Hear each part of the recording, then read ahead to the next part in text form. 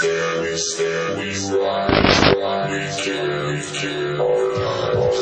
We stand, we rise, we kill our lives. It began long ago, when darkness through its deceit captured the hearts of the sons and daughters of light. We looked for light, but we found only darkness. We searched for bright skies, but walked in gloom. We fumbled like the blind along the wall, feeling our way like people without eyes. We were destined to fall, even in the brightest days. We stumbled as if it were dark.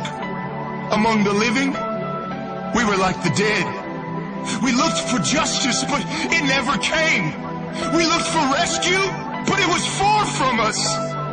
So he himself stepped in to save us with his strong arm and his justice to sustain him. He put on righteousness his armor, salvation his helmet.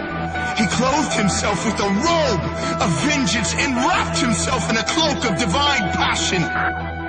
He slipped out of his royal garments, left eternity to enter time, divinity to wrap himself in humanity.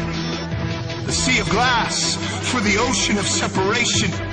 He left peace and for the first time felt pain, because the very hands that held the stars were now sentenced to wear my scars.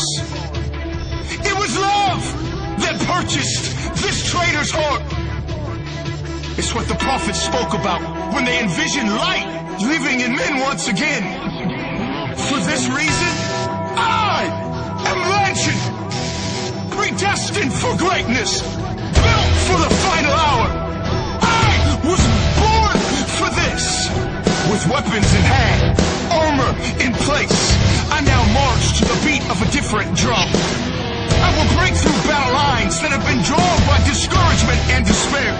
Where more is left to be said, time has met its end. It's now or never. Collision with me, myself, and I. You see, my mission today is clear: to wake the dead. So let freedom's song rage. You're not abandoned. You're not alone. Last day warriors, arise from yesterday's ash and raise your fist with us. We are the army that's charging upon the